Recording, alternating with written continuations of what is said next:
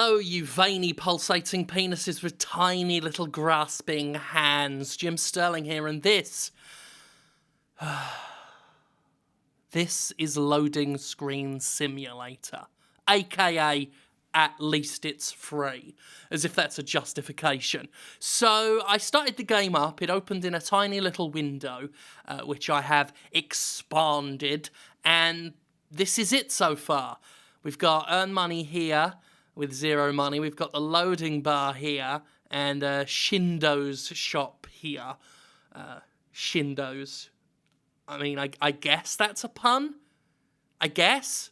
Anyway, we can click on these two things. So, oh, look at that. There's some actual sound. Got an achievement for that. Achievement unlocked, and that's where it starts. Okay. Oh, okay, so it's just a clicker game. I knew nothing about this when it hit Steam. I want to say I saw it on Greenlight. I don't know if I ever bothered doing a Greenlight trailer for it. But at least it's free. Okay, so what can we buy? Time spent program. Upgrade your browser. A game? Oh yeah, let's save up for a fucking game. How about that?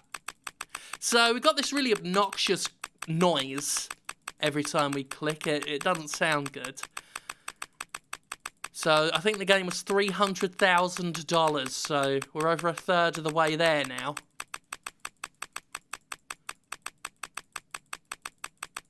So at this point, I'd like to remind my viewers that I don't always do really shitty Steam games on this channel.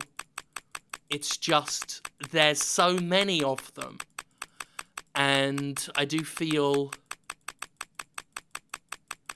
Somehow I misread it. It's only $247. Why the hell did I think it was going that... Oh, this is too long. Is there a way to make more money? Loading, no. I mean, let's just buy some stuff anyway, just for the sake of it. Okay, well now we got some fucking music.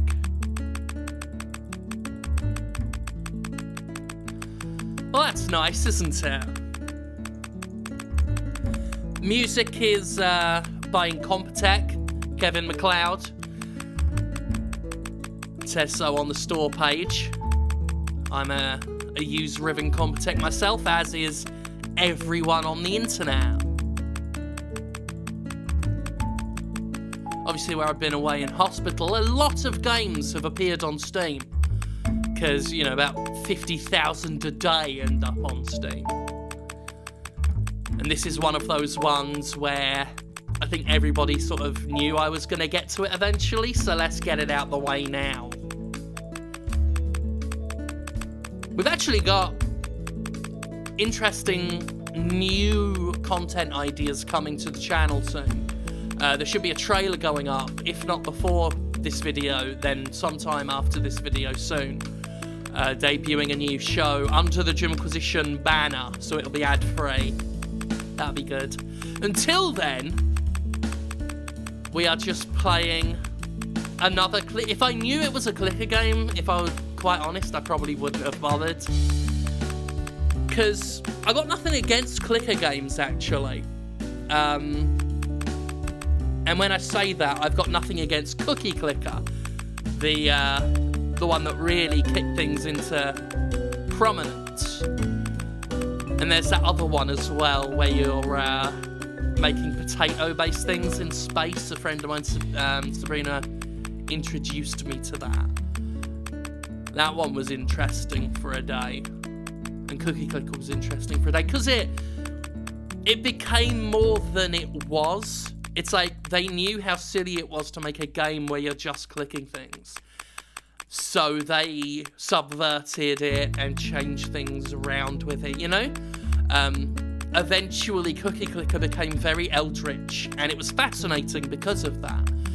Unfortunately, a lot of people during Greenlight's heyday thought, it's a game in which you just click things. That's easy, we'll do that. And they expected the increasing flimsiness of the premise to be the joke. Which is a joke for about a second, and then it stops being a joke.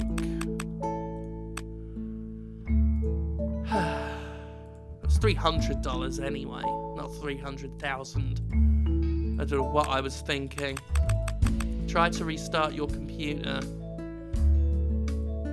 Okay. Okay, yeah. That's horrible. So we got a sort of a one-person pong going on. This is as fast as the paddle moves, by the way. Not that it matters, because the little white square doesn't move very fast either. Right, that's enough of that bollocks. So I don't know if the try to restart your computer thing is a... Oh wait, no, it's changed. Now it says I need to pay. I was going to say maybe it does something clever like Undertale or something like that. It's like restart the game and it'll be different and new and exciting, but I'm not going to give that game, this game, that credit. You see, in 2001, when Christian first broke up with Edge, the tag team Edge and Christian first broke up with Edge to become a solo heel while Edge went on his big push. They changed his music, and for a few weeks, like a couple of weeks, it was brilliant. It started off, some of you may remember it, but you might not remember the original version because it went through 3 different versions. But all of them start off with Christian, at last you're on your own, like that. And the most famous iteration of it would then launch into some music that goes dan dan na na na na na na na na na na na na. And after a while of that, it would then break into some dramatic opera. And it was really cool. But the original version went now, and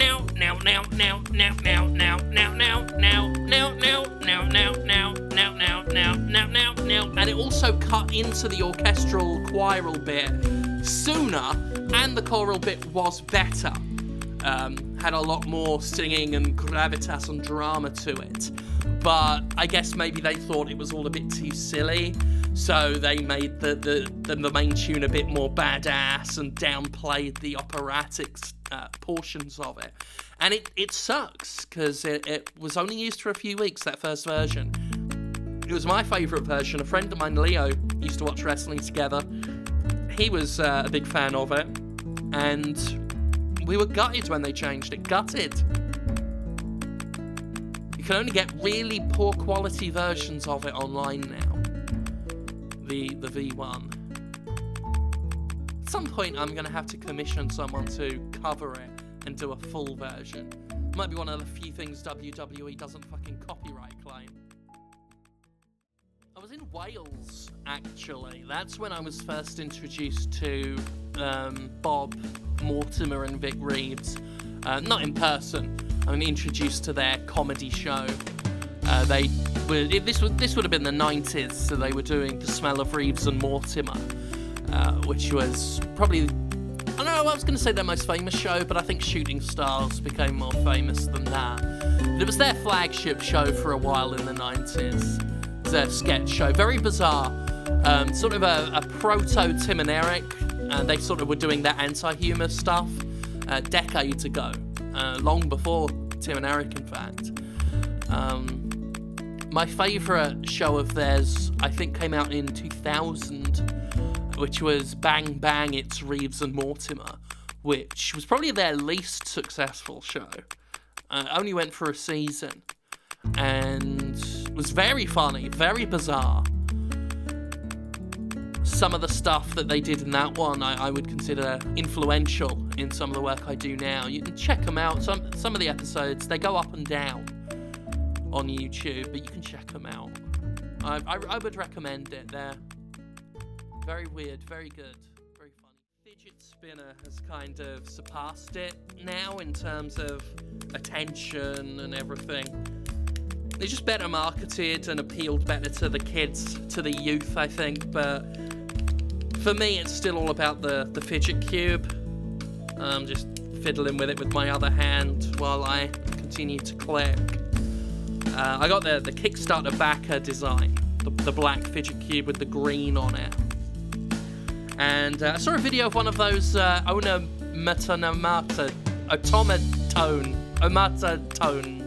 things. The things that look like musical notes with little faces that make funny noises. I saw a video of it yesterday. I don't know when that craze started, but it took a few seconds of me seeing one and I thought, well, fuck it, I want one of those. So I bought that. I fiddle with it on a Gymquisition. Speaking of which, I bought a gold bodysuit for the Gymquisition. I have no idea if I'm going to be able to shovel my fat tits into it, but we'll see. We'll see.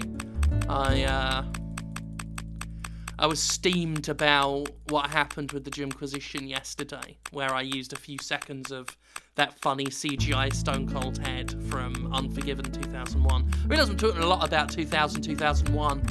I mean, it was a fine... Oh, look at that! Loading screen changed. Yeah. I guess that's some progress, you know. But yeah. I've been looking for an excuse to do Stardust, which is totally not Stardust from WWE, and also has no relation to Goldust either. But yeah, I figured I've been trying to think of a reason to do something like that, and having a reason to do a legally distinct, totally not copyright infringing version of a WWE character is a good way of addressing them essentially doing a DMCA strike through Content ID, blocking worldwide. That's the first time that's happened to me. There's a real shithouse move.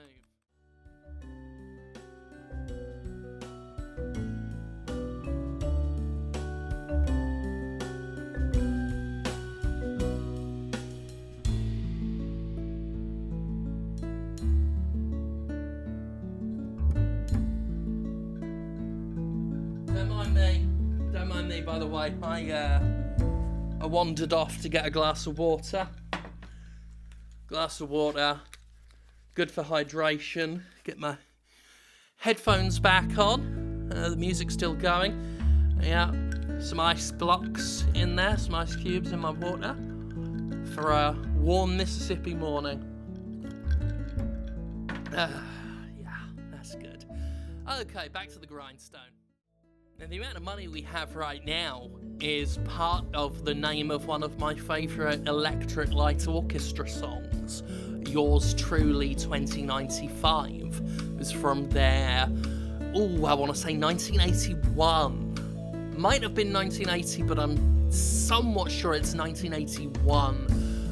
The album Time, one of their finest albums, even though Jeff Lynne, the Sonic Architect, as he's sometimes known, and the man behind ELO at the time, he didn't want to do the last three ELO albums. He was contracted to do them, even though two of them were some of ELO's finest work. Time was an amazing concept album set in the future that was full of great songs. Twilight is famous among anime fans, I believe. In fact, I think they've even played Twilight at Video Games Live as part of an intro package before. Possibly to a compilation, an anime compilation. Not really an anime follower myself, so you know, I know a bit about a few of them, so I don't know the exact connection between the two, but I know that Twilight has some connection with anime there, because it's been used in videos and the like. Some great songs on there. Highly recommend the extended version that has 3 extra songs. The Julie Don't Live Here Anymore is a fine tune. And Secret Messages, the album that followed that up, the original version is good. Got some great songs on it, but The original double album would have been something magnificent. Unfortunately, there was, I forget what it was. There was a resource crisis at that time, 1982, 1983, somewhere around there. And they literally could not afford to get two vinyl records printed. So they cut it down, and some of those songs have been lost to time. Beatles Forever is hailed as the holy grail of ELO songs, but Jeff Lynne didn't really want people to hear it because it's a bit cringy. He's a big Beatles lover, and that song was about... The other day, shortly before I was taken into the hospital, I ordered a bunch of McVitie's Gold bars, which I've not had since I was in England, and even then, it had been many years before. They were really nice from what I remember. But then again, I remember Club Biscuits being nice, and I ordered some of those as well. I get shit-faced and then order British things from Amazon. The Club Biscuits came, Raisin Club Biscuits. I'm a big fan of raisins, and I mean I've been eating them, obviously, because I'm fat, but not as nice as I remember. I remember the commercial, of course. Who doesn't? If you like a lot of chocolate on your biscuit, join our club. That's how the commercial went. Let's buy more things.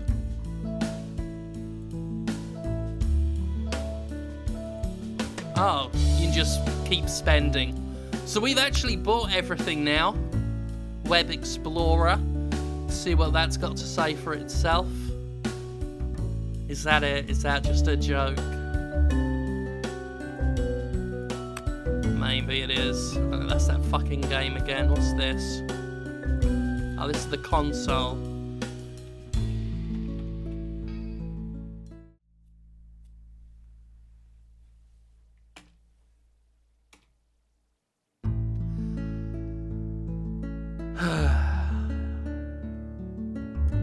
Okay, I think that's about all we need to look at.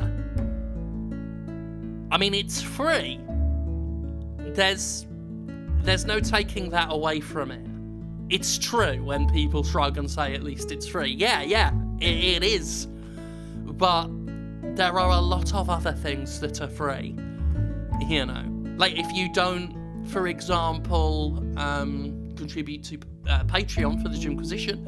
Jimquisition is 100% free, you know, and you're welcome to it. If you use ad blocker, you know, if you consider sitting through ads as a form of currency, but you watch this channel with an ad blocker on, then you can watch all of my great content for free. And I just think that would be a better use of your time than this. I think at some point, at least it's free ceases to become a valid defense. You know, when the game cannot justify its existence. Why? Like, this isn't even funny. I think that's the thing that gets me, is this isn't funny. There are ways you can make these kinds of things funny. There's a way you could take Loading Screen Simulator and do something completely subversive with it. I think that's what gets me more than anything else with these games. You know, I got no noble cause to fight against a game like this. I wouldn't dress it up as anything other than me being just pettily annoyed by it being here, doing nothing.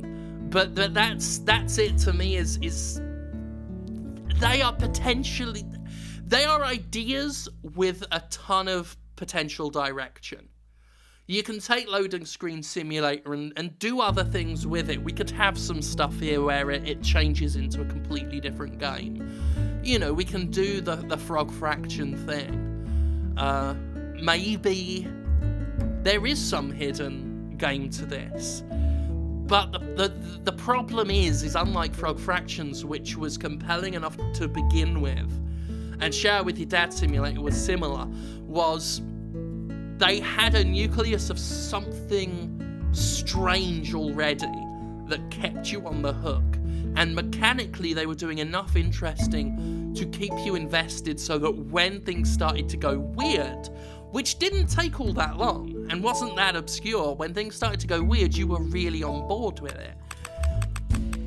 This, like, we've bought out the shop already, and none of it was funny. Like, what's the joke?